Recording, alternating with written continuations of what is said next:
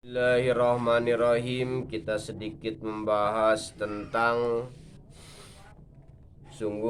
ini tentang kebahagiaan orang-orang yang dibukakan pintu hidayah oleh Allah Subhanahu wa taala sehingga dia merasa senang dalam beramal soleh.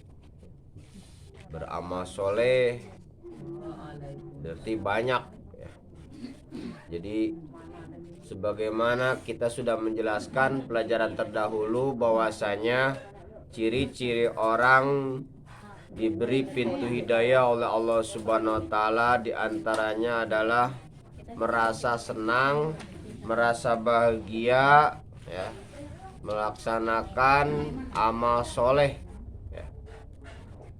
Terutama kita yang biasa hadir di sini adalah amal solehah ibu-ibu ya, terutama untuk keluarganya yang sudah meninggal dunia ya. Itu amal soleh ibu-ibu sekalian yang hadir di sini.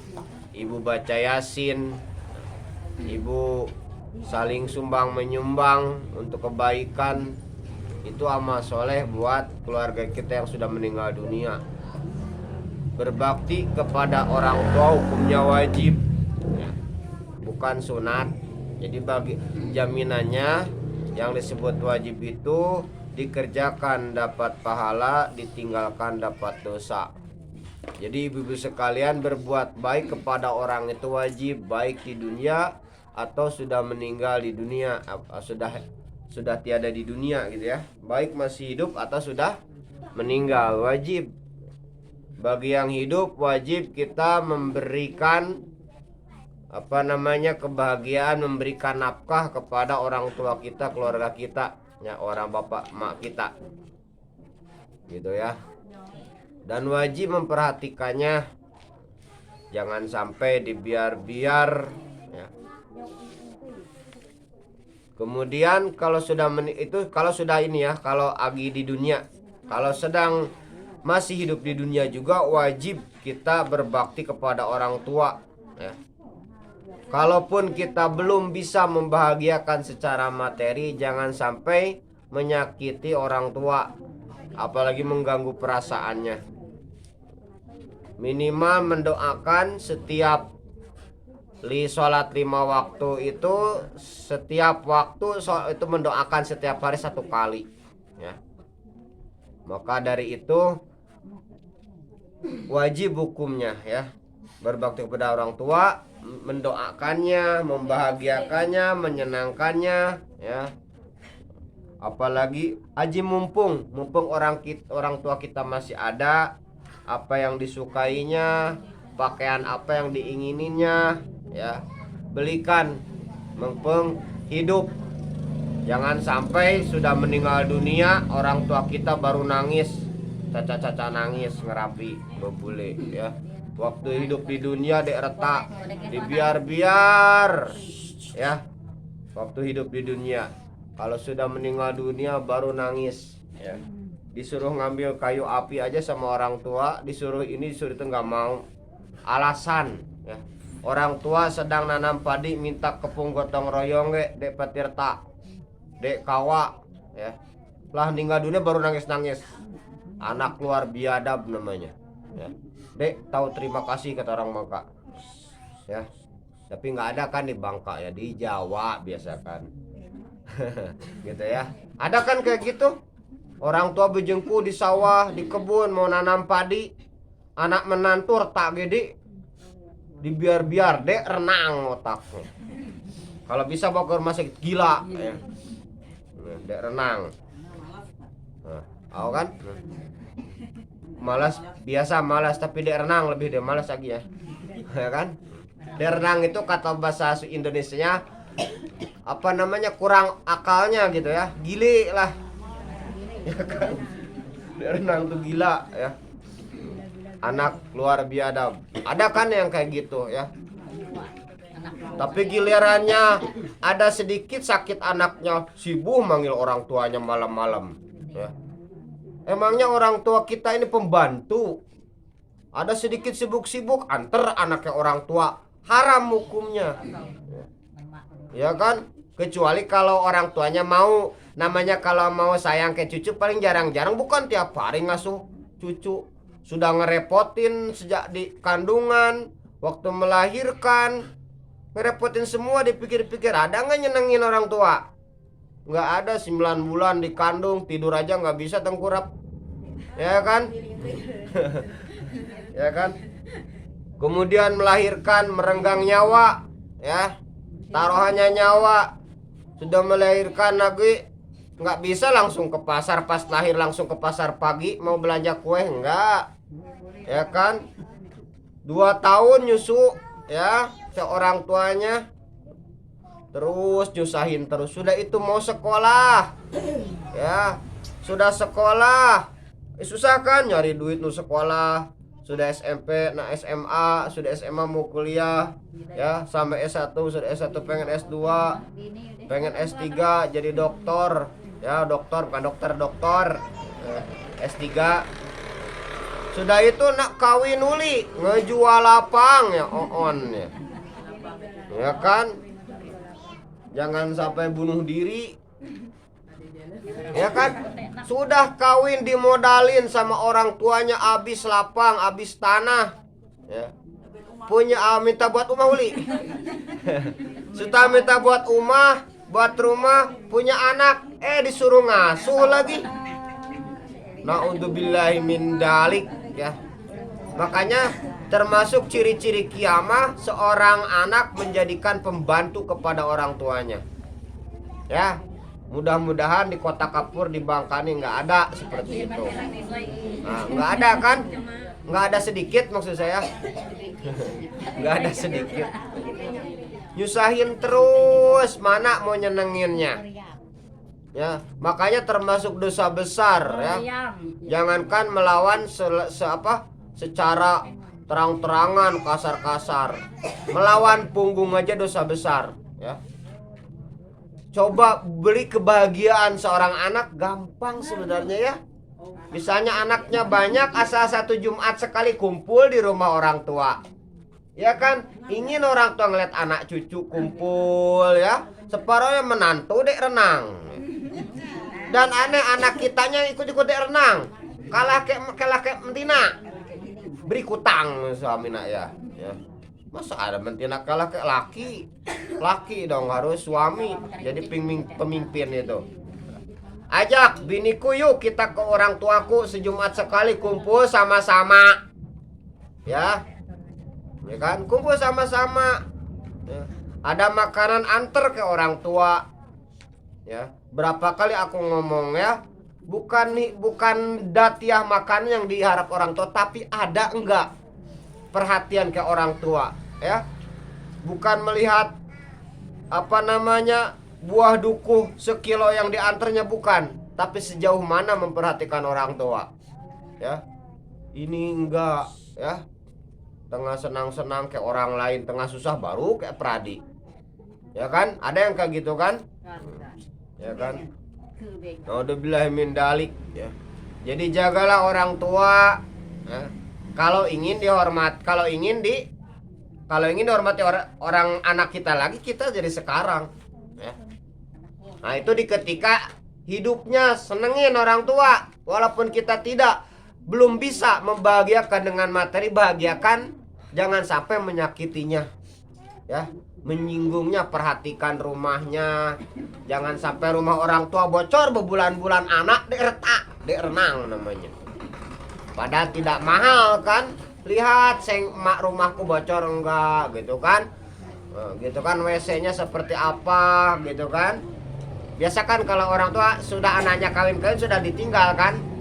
Kembali ke awal. Perhatikan, ya. Jangan sampai sudah mati sudah meninggal dulu baru nangis. Kesian ke orang tua ngerapi, bebule waktu hidup dek retak. Kayak gitu, jangan seperti itu. Perhatikan orang tua, makanan jangan sampai orang tua lagi ngupah ke orang lain, mana anaknya, ya. Perhatikan anaknya 5, ada yang sanggup 10.000 seminggu kumpulin, ya. Jangan kalah kayak bini, ya. Kumpulin, ada 100.000 sebulan per orang yang mampu, ada yang 200.000, terserah, ya. Dek cukup katanya ke anak. Oh dek kalau nggak merhatiin, kalau tidak dipentingin apa dek cukup. Masa rokok kebeli sebungkus 10.000, bakal 15.000 tiap hari. Coba untuk orang tua sebungkus rokok aja 10.000 per hari, kali sebulan berapa? 300.000 kan? Atau kebanyakan misalnya mang kikit kumet kedekut cap jahe mereka hese ya. Nih mang karet dapat 100.000, simpen 10.000 ke orang tua. Ya kan? Kalau wajib hukumnya bukan sunat. Ya, kecuali orang tuanya mampu. Mas berendel banyak, cok tangan, cok kaki, cok bilung, cok leher. Nah, anaknya nyadap karet, jangan diberi itu sama orang tua mampu. Nih kalau anaknya mampu, orang tua dek mampu agi, itu wajib anaknya memperhatikannya, jangan dibiar-biar ya. Nah, benar apa enggak nih ngomong? Orang tua perhatikan, takut menyesal. Kalau sudah meninggal dulu baru nyesal. Wah, kan perhatikan dan mumpung lagi hidup. Separuh ada apa? Dek sekali aben gitu ya, anaknya ketika orang tuanya hari raya dibeliin baju yang bagus men. Ya kan? Anaknya 5. Apa bes digotong royong 100.000 seorang, berarti 500. Ini untuk baju ibu bapakku misalnya, emakku kan beli bajunya yang bagus nih mak, untuk bajunya ini untuk uang jajannya hari raya gitu ya. Seperti kita lagi kecil dulu, orang tuanya beliin baju hari raya, ini untuk ke Tanjungnya 5.000 misalnya dulu kan. Ada, coba sekarang dibalik ya. Ya kan nih begitulah. Kalau orang tua satu bisa mengurus anak 10, tapi anak 10 belum tentu bisa ngurus orang tua satu. Ya kan? Kalau tidak mementingkan, tidak akan ada. Pasti kurang terus. Untuk belanja ikan, belanja itu kurang terus. Coba diperhatikan. Allahumma paksakan 10.000 ke emak pakku, simpan. Ya kan, sudah nyadap karet misalnya nimbang karet dapat 200.000, 20.000 simpan. Ya. Kalau dihitung orang kurang terus. Orang tua dulu juga begitu. Ya, kayak kita sebagai anaknya, kasarnya biar kudek makan, yang penting anak makan. Ya kan? Giliran anak, dek siapa lagi orang tua dek makan. Bodoh amat yang penting ku makan. Kebalik kan? Biarlah orang tua nggak makan, yang penting aku makan kata anaknya. Kebalik kan? Kalau orang tuanya sama anaknya, biarlah aku nggak makan, yang penting anakku makan. Ya. Ini yang jadi masalah. Wajib bukan sunat berbuat baik itu. Wabil walidaini ihsana. Banyak Qur'annya juga ya, surat-suratnya. Ya kan?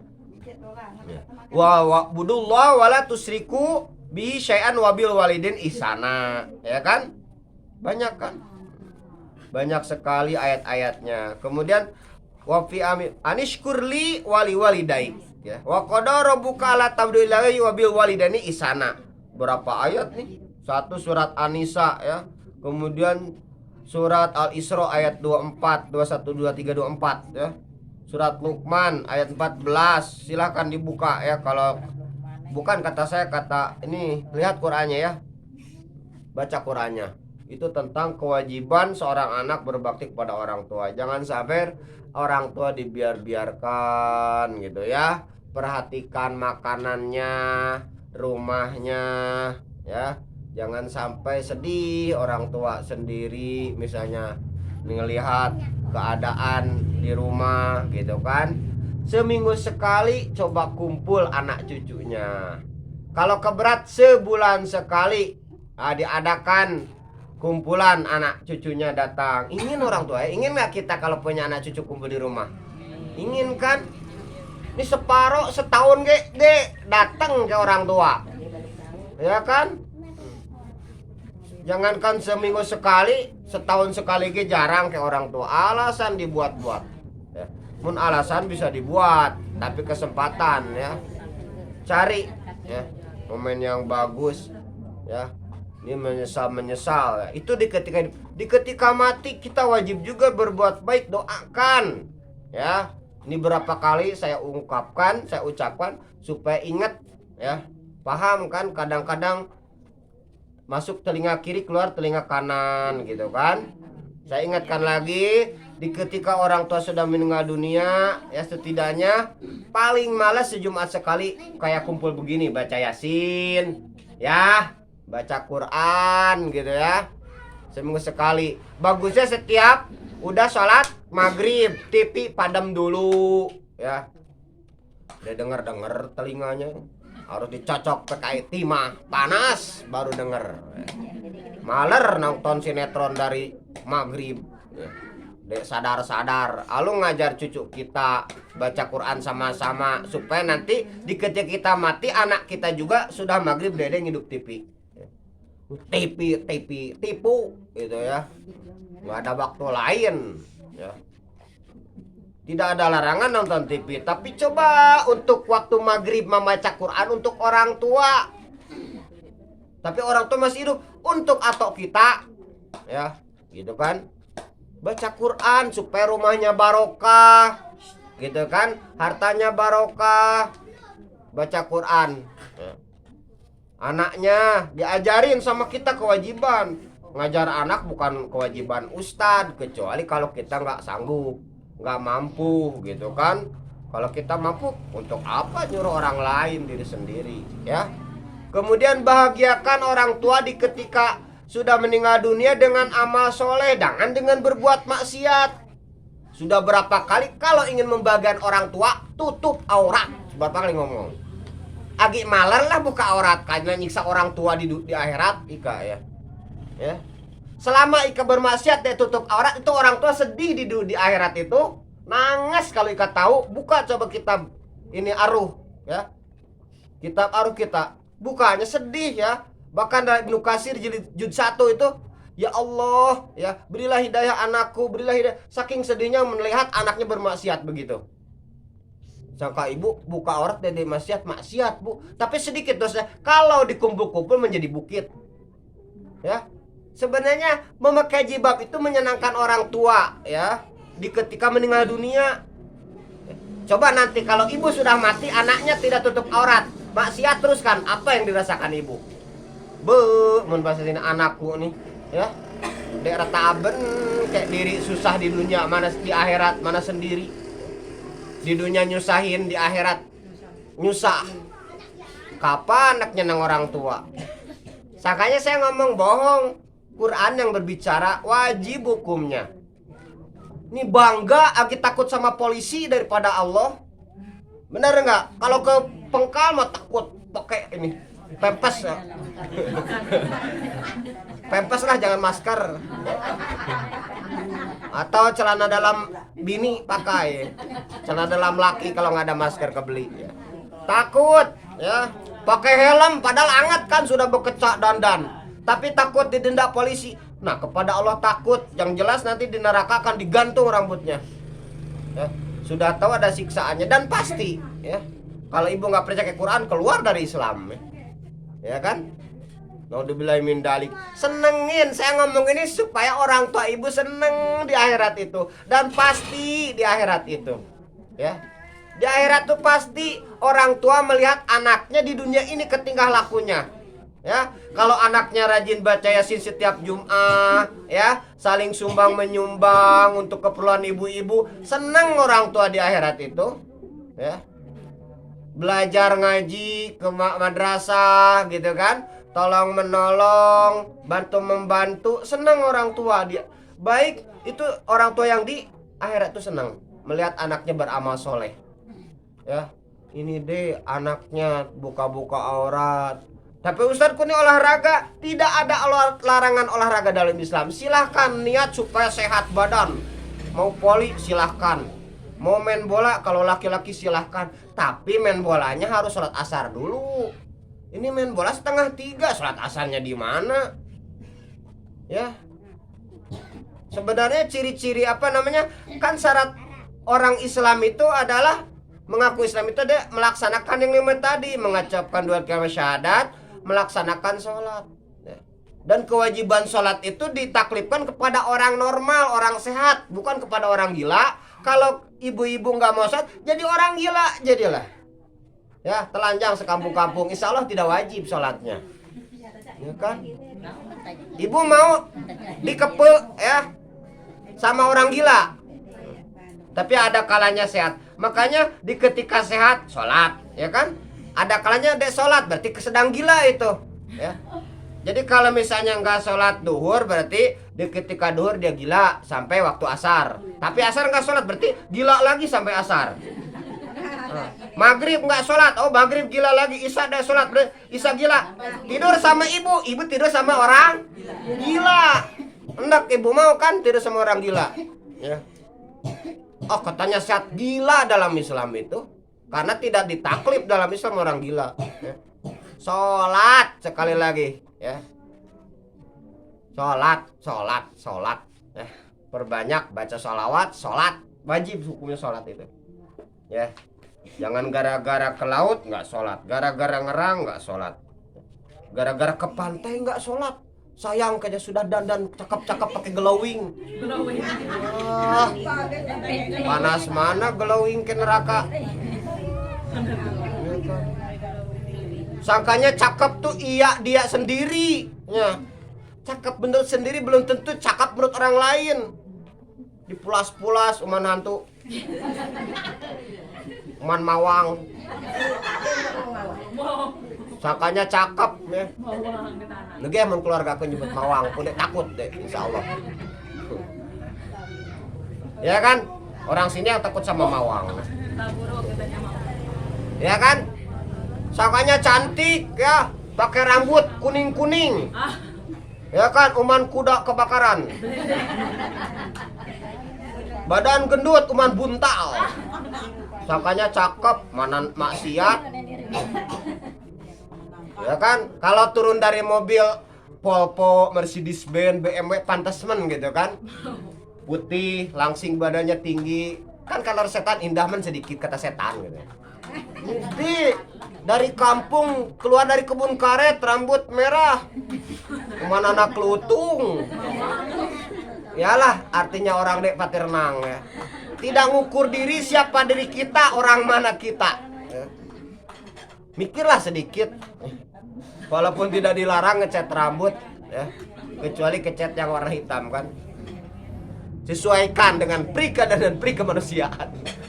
Ini kadang-kadang naudzubillah min dalik. Hari ini agak lama aku bicara, ya. Mengpengke semangat. Gitu ya. Tuh kan ada air kalau lama.